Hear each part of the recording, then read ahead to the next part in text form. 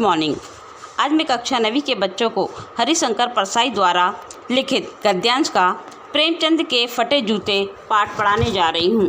प्रेमचंद का एक चित्र मेरे सामने है। पत्नी के साथ फ़ोटो खिंचा रहे हैं और सिर पर किसी मोटे कपड़े की टोपी, कुर्ता और धोती पहने हैं। कनपट्टी चिपकी है और गालों की हड्डियाँ उभर आई हैं, पर घनी मूछें चेहरे को भरा भरा बतलाती हैं। पाँव में कैनवस के जूते हैं जिनके बंद बेतरतीब बंधे हैं। लापरवाही का उपयोग करने पर बंद के सिरों पर की लोह की पतरी निकल जाती है और छेदों में बंद डालने वाले की को परेशानी होती है। तब बंद कैसे भी कस लिए जाते हैं।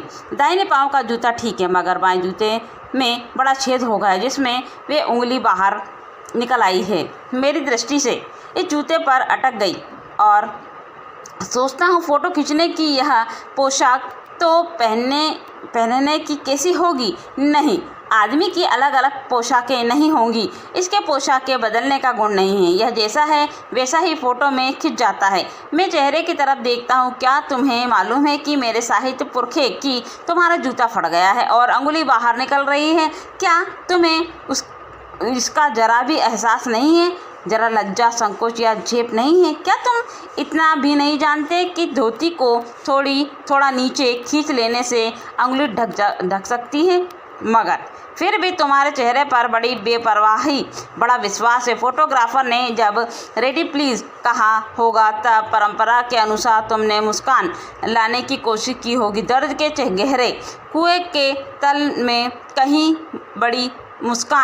पड़ी मुस्कान को धीरे धीरे खींचकर ऊपर निकाल रहे होंगे कि बीच में ही क्लिक करके फोटोग्राफर ने थैंक यू कह दिया होगा। विचित्र है कि अधूरी मुस्कान यह मुस्कान नहीं, इसमें उपहास, व्यंग और यह कैसा आदमी है जो खुद तो फटे जूते पहने फ़ोटो खिंचा रहा है, पर किसी पर हंस भी रहा है। फ़ोटो ही खींचना था तो ठीक जूते पहन लेते या न खींचते। फ़ोटो न खिंचाने से क्या बिगड़ता था? शायद पत्नी का आग्रह रहा हो कि ओ तुम अच्छा चल भाई कहकर बैठ गए होंगे। मगर यह कितनी बड़ी ट्रेजेडी है कि आदमी के पास फ़ोटो खिंचाने को भी जूता ना हो। मैं तुम्हारी यह फ़ोटो देखते देखते तुम्हारे क्लेश को अपने भीतर महसूस करके जैसे रो पड़ना चाहता हूँ, मगर अब तुम्हारी आंखों का यह तीखा दर्द भरा व्यंग मुझे एकदम रोक देता है। तुम फ़ोटो का महत्व नहीं समझते होते तो किसी से फ़ोटो खिंचाने के लिए जूते मांग लेते। लोग तो मांग के काट से वर दिखाई करते हैं और मांगे की मोटर से बारात निकाल लेते हैं। फ़ोटो खिंचाने के लिए तो बीवी तक मांग ली जाती है, तुमसे जूते भी नहीं मांगे जाते। तुम फ़ोटो का महत्व नहीं जानते। लोग तो इत्र चुपड़ कर फ़ोटो खिंचाते जिससे फ़ोटो में खुशबू आ जाए। गंदे से गंदे आदमी की फ़ोटो भी खुशबू देती है। टोपी 8 आने में मिल जाती है और जूते उस ज़माने में 5 रुपये से कम में क्या मिलते रहे होंगे। जूता हमेशा टोपी से कीमती रहा है, पर अब तो जूते की कीमत और बढ़ गई और एक जूते पर 25 टोपियाँ न्यौछावर होती हैं। तुम भी जूते और टोपी के अनुपातिक मूल्य के मारे हुए थे। यह विडंबना मुझे इतनी तीव्रता से पहले कभी नहीं चुभी जितना आज चुभ रही है। जब मैं तुम्हारा फटा जूता देख रहा हूँ, तब तुम महान कथाकार, उपन्यास सम्राट, युग प्रवर्तक जाने क्या क्या कहलाते थे। मगर फ़ोटो में तुम्हारा जूता फटा हुआ है। मेरा जूता भी कोई अच्छा नहीं है। यूँ ऊपर से अच्छा दिखता है, उंगली बाहर से निकलती है, पर अंगूठे के नीचे तला फट गया है। अंगूठा ज़मीन से खिसकता है और पैनी मिट्टी पर कभी रगड़ खाकर लहूलुहान भी हो जाता है। पूरा तला गिर जाएगा, पूरा पंजा छिल जाएगा, मगर उंगली बाहर नहीं दिखेगी। तुम्हारी उंगली दिखती है पर पाँव सुरक्षित है। मेरी उंगली ढकी है पर पंजा नीचे से घिस रहा है। तो पर्दे का महत्व ही नहीं जानते। हम पर्दे पर कुर्बान हो रहे हैं। तुम फटा जूता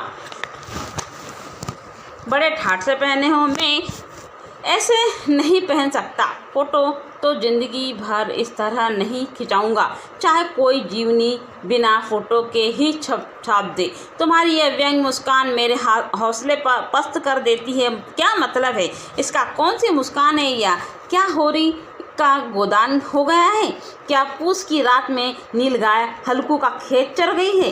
क्या सुजान भगत का लड़का मर गया क्योंकि डॉक्टर क्लब छोड़कर नहीं आ सकते थे? नहीं, मुझे नहीं लगता कि माधो औरत के कफन के चंदे की शराब पी गई वही मुस्कान मालूम होती है। मैं तुम्हारा जूता फिर देखता हूँ कैसे फट गया यह मेरी जनता के लेखक। क्या बहुत चक्कर काटते रहे? क्या बनिए के तगादे से बचने के लिए मील 2 मील का चक्कर लगाकर घर लौटते रहे? चक्कर लगाने से जूता फटता नहीं, घिस जाता है।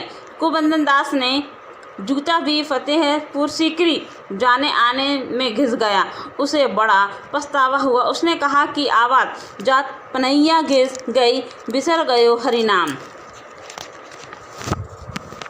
अरे ऐसे बुलाकर देने वाले के लिए कहा है कि जिनके देखे हुए उपजत हैं तिनको करबों में सलाम।